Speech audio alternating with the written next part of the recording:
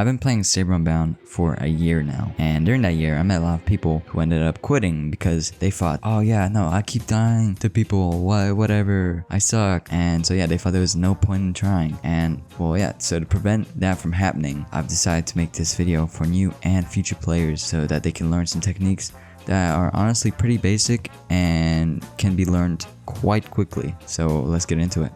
Alright, so the first one is my personal favorite, spin throws, or wiggle throws, depends what you want to call it. So this is very easy. All you gotta do is have shift lock on before you throw your saber, and when you throw it, you want to unshift lock and make your character turn around or rotate at the same time. Now, you really have to do this at the same time or it won't work.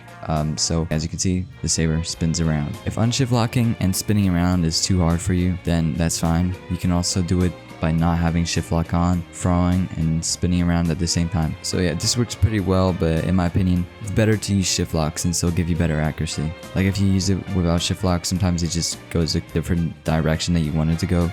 Before I finish this section, I just want to quickly explain what to do if someone uses spin throw on you. So you can either parry if you're confident in your parries, which is actually very good since you'll gain more stamina. So yeah, if you're good at parrying, it's just free parries, I guess. If you're not confident in your parries, jumping over to spin throw will do just fine. You know, you can just jump over it. Moving on to technique number 2, my second favorite, Frob Bait. Alright, so Frob Baiting is exactly what it sounds like, baiting someone into throwing their saber at you. How this works is you get to a distance where your opponent will decide to throw their saber because they can't do a normal attack at you because you're too far away. So yeah, that's step 1 of Frob Baiting, getting to a distance and getting them to throw their saber at you. When you've done that, you can decide if you want to do Frob Bait the passive way or the aggressive way. So the passive way is simple. You just bait them into throwing the saber at you so that you can gain stamina by parrying it. The aggressive way is by baiting them into throwing the saber so that you can front stab at them to get a free hit, which is really effective. It's really useful in duels. If you can't reach them with just your front stab, you can also do a dash to give yourself an extra boost. So yeah, if you want to be careful against someone who can potentially be a Frob Baiter, you can distance yourself from them a little bit more so that you're like at a place where they can't really reach you, like with a front stab or something. And then you can do a spin.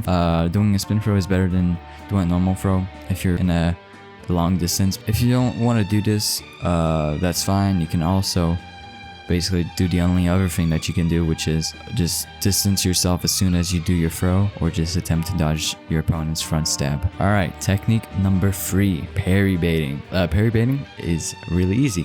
It's when you dash forward onto your opponent, and before your dash ends, you go backwards. When you do that to your opponent, there's like a 90% chance they'll think you're about to swing at them, so they'll parry and waste stamina.